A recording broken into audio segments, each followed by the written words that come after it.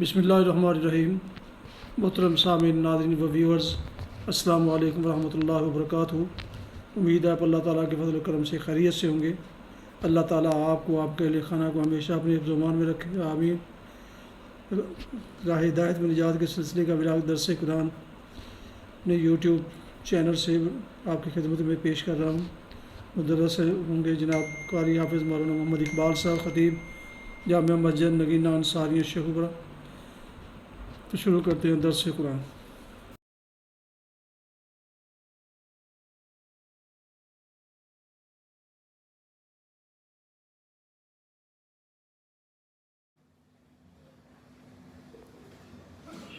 الحمد للہ وکفی والصلاة والسلام علی من لا نبی بعد، اما بعد فاعوذ باللہ من الشیطان الرجیم، بسم اللہ الرحمن الرحیم۔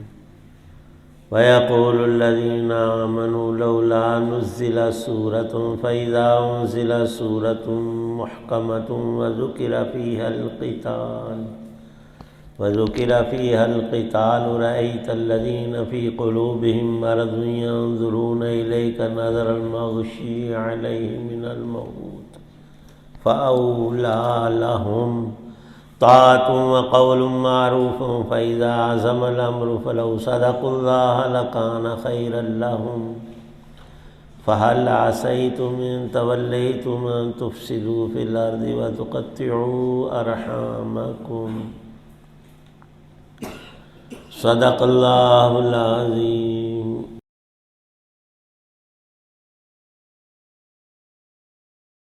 اور جو لوگ ایمان لائے ہیں وہ کہتے ہیں کہ کیا اچھا ہو کہ کوئی نئی صورت نازل ہو جائے، پھر جب کوئی جچی تلی صورت نازل ہو جائے اور اس میں لڑائی کا ذکر ہو تو جن لوگوں کے دلوں میں روگ ہے تم انہیں دیکھو گے کہ وہ تمہاری طرف اس طرح نظریں اٹھائے ہوئے ہیں جیسے کسی پر موت کی غشی طاری ہو۔ بڑی خرابی ہے ایسے لوگوں کے لیے، یہ فرما برداری کا اظہار اور اچھی اچھی باتیں کرتے ہیں، لیکن جہاد کا حکم پکا ہو جائے اس وقت اگر یہ اللہ کے ساتھ سچے نکلیں تو ان کے حق میں اچھا ہو۔ پھر اگر تم نے جہاد سے منہ موڑا تو تم سے کیا توقع رکھی جائے، یہی کہ تم زمین میں فساد مچاؤ اور اپنے خونی رشتے کاٹ ڈالو۔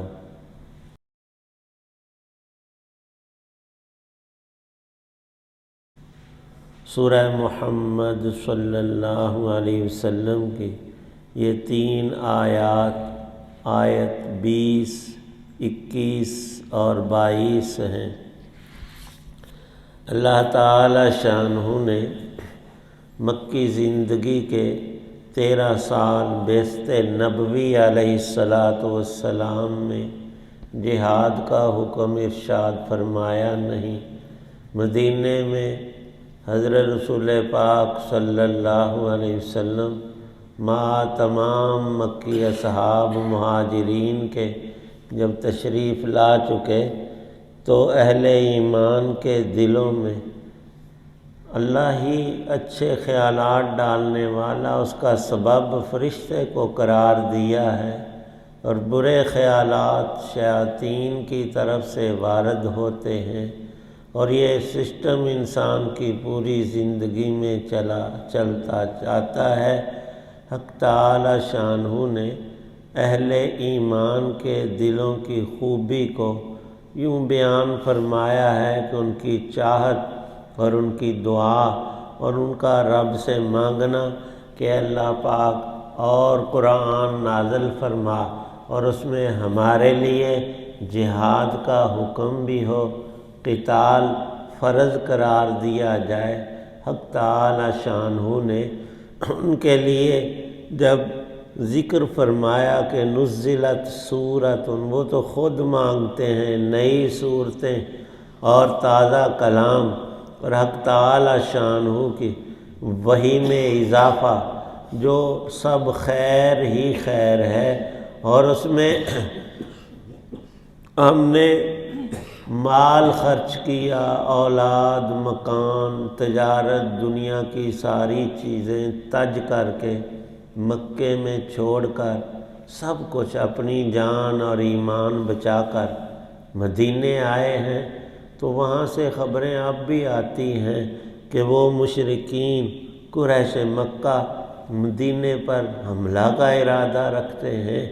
تو حق تعالی شانہ نے آیت محکم حکم پکا جہاد کا نازل فرمایا، اور اہل ایمان جن کے دل میں ایمان کی لذت بڑھتی جا رہی ہے اور وہ ایمان اور دین کے اندر اور اضافہ چاہتے ہیں، وہ اس آیت کے اترنے پر بڑے ہی خوش اور اللہ پاک کا شکر ادا کرنے والے کہ اللہ ہمیں مال کے ساتھ جہاں وطن اور ہر چیز ترک کرنا اپنے تیرے پاک مقدس نام اور دین پر آپ نے ہمیں عطا کیا، وہاں بذل جان اپنی جان تیری راہ میں قربان کرنا، جس کے بارے میں وہ سن چکے تھے کہ تمام اعمال میں سب سے اعلیٰ تر یہی ہے کہ انسان اپنی جان بھی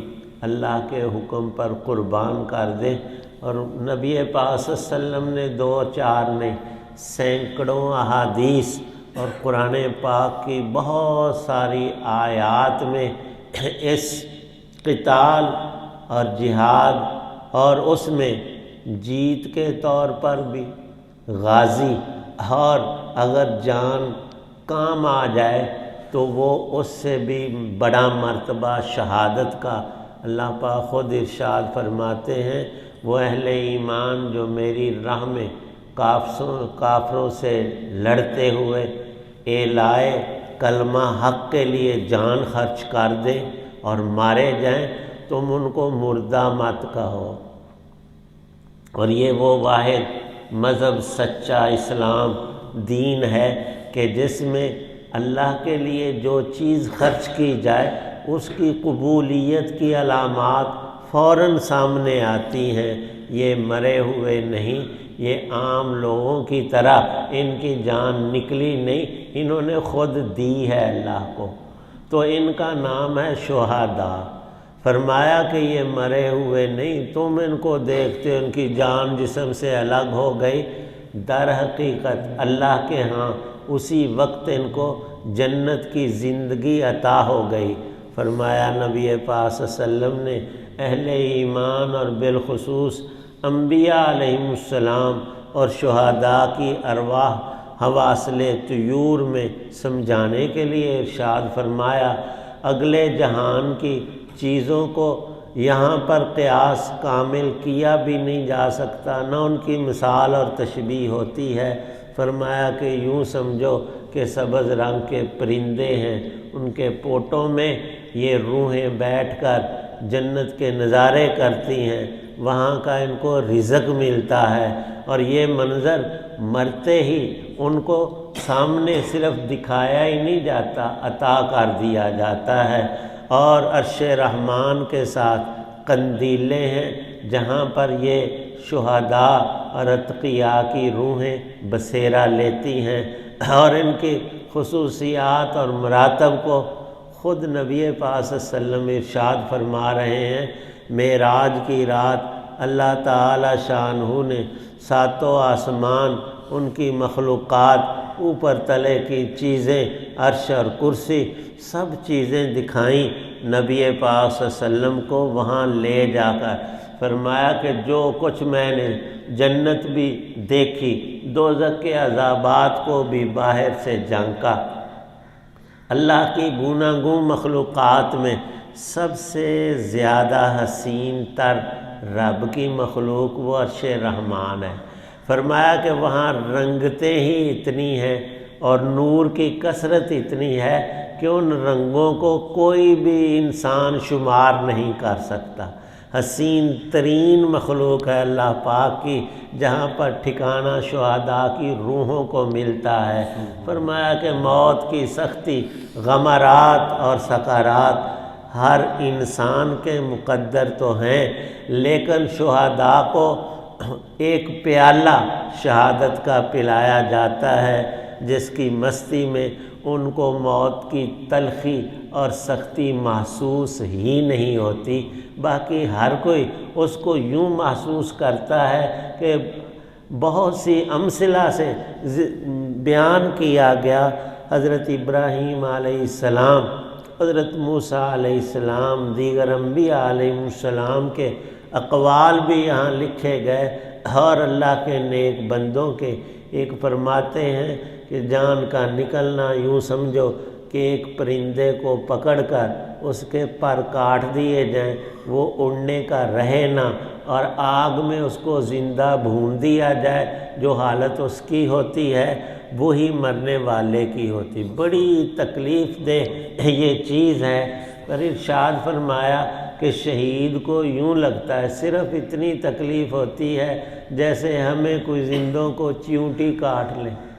انہیں بیچاری نے ساڑھا کنا گوشت کھا لینا، کچھ بھی نہیں، معمولی سا محسوس ہوتا ہے کہ مجھے چیونٹی نے کاٹا۔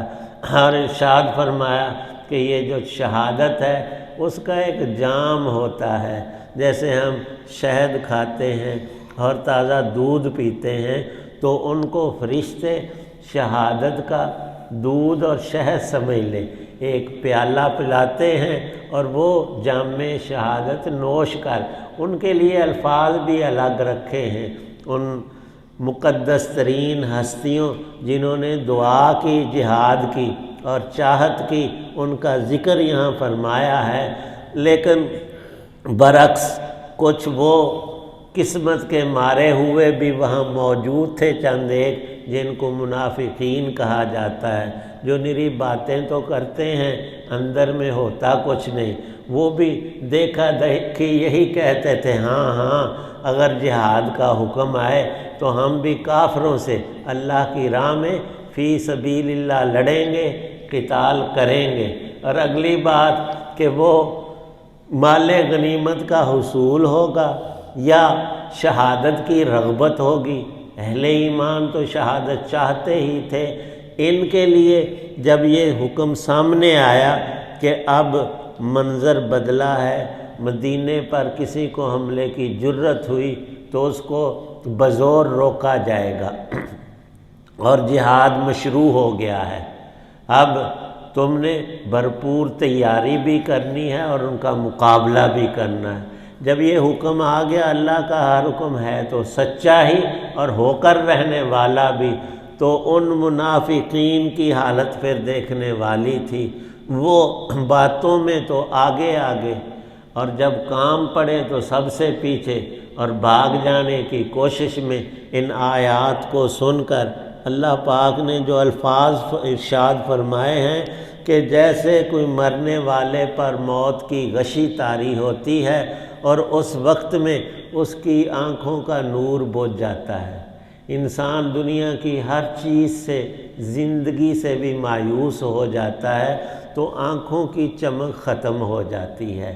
اور کبھی دنیا میں زندگی کے اندر بھی بہت زیادہ خوف اور ڈر انسان پر طاری ہو، تب بھی آنکھیں پھڑکنے لگتی ہیں اور ان کی روشنی ماند پڑ جاتی، آنکھوں سے پتہ چلتا ہے کہ یہ آدمی دہل گیا ہے، اندر سے ہل گیا ہے، بس یہ تو اب کھڑا بھی نہیں ہو سکے گا۔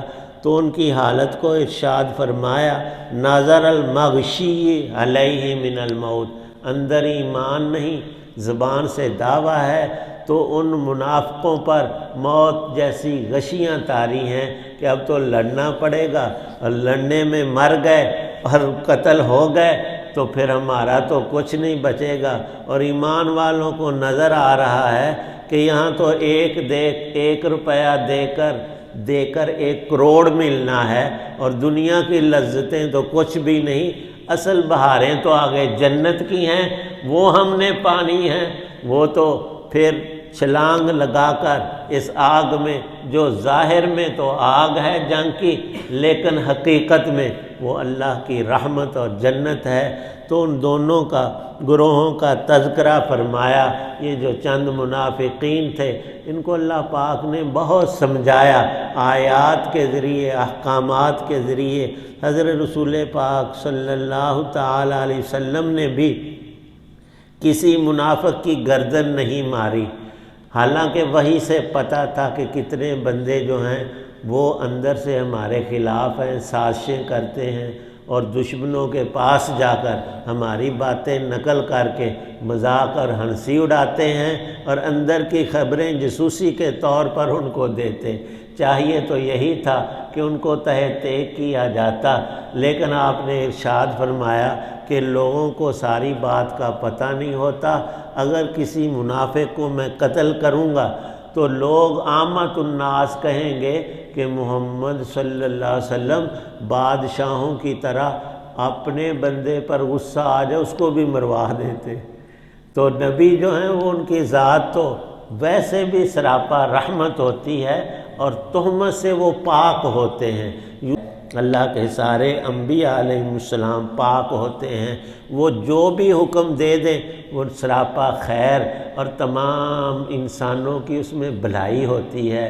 یہ جو قتال اسلام میں مشروع ہوا، کافروں سے جنگ لڑنا، یہ کوئی مال کی جنگ نہیں، حکومت کی نہیں، دین کے لیے، اللہ کی بات کو بلند کرنے کے لیے اپنا سب کچھ خرچ کرنا، یہ جہاد کہلاتا ہے۔ اور اس کا ایک بڑا حصہ جس کے ذریعے سے دنیا سے ظلم اور فساد ختم ہو، عدل اور انصاف ہر انسان کو ملے، چھوٹا ہے بڑا ہے، فقیر ہے دولت مند ہے، سب کو پورا عدل ملے، اس کے لیے یہ جہاد مشروع ہوا ہے۔ کسی ظالم کو ظلم کی جرت نہ ہو اور کوئی انسان ایسا نہ رہے کہ اس پر ظلم ہوا، وہ مظلوم ہے، اس کی مدد ہی کوئی نہ کرے۔ فرمایا کہ جب ایسا ہوتا ہے پھر اللہ تعالی شانہ کا عذاب آتا ہے۔ مظلوم کی جب یہ عدالتیں سنتی نہیں تو پھر اللہ کا پکڑ کا وعدہ وعید جو ہے وہ نازل ہو جاتی ہے۔ حق تعالی شانہ نے سب احکامات کے اندر بندوں کے لیے، سب انسانوں کے لیے خیر رکھی ہے۔ اللہ پاک ہم سب کو صحیح سمجھ عمل کی توفیق۔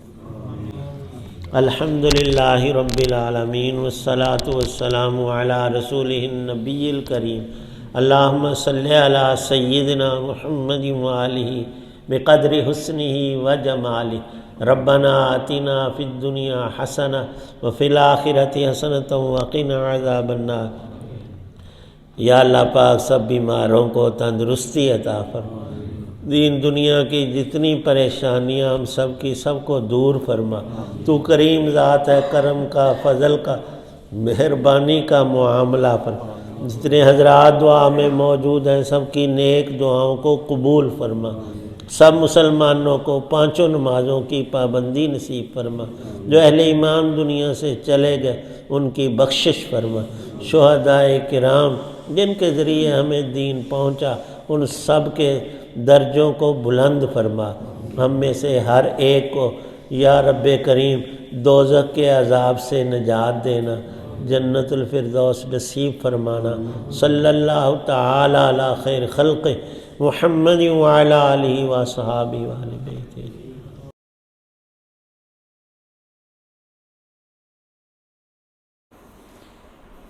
آپ سن رہے تھے اور دیکھ رہے تھے راہ ہدایت و نجات کے سلسلے کا ولاگ درس قرآن۔ مدرس تھے جناب مولانا محمد اقبال صاحب۔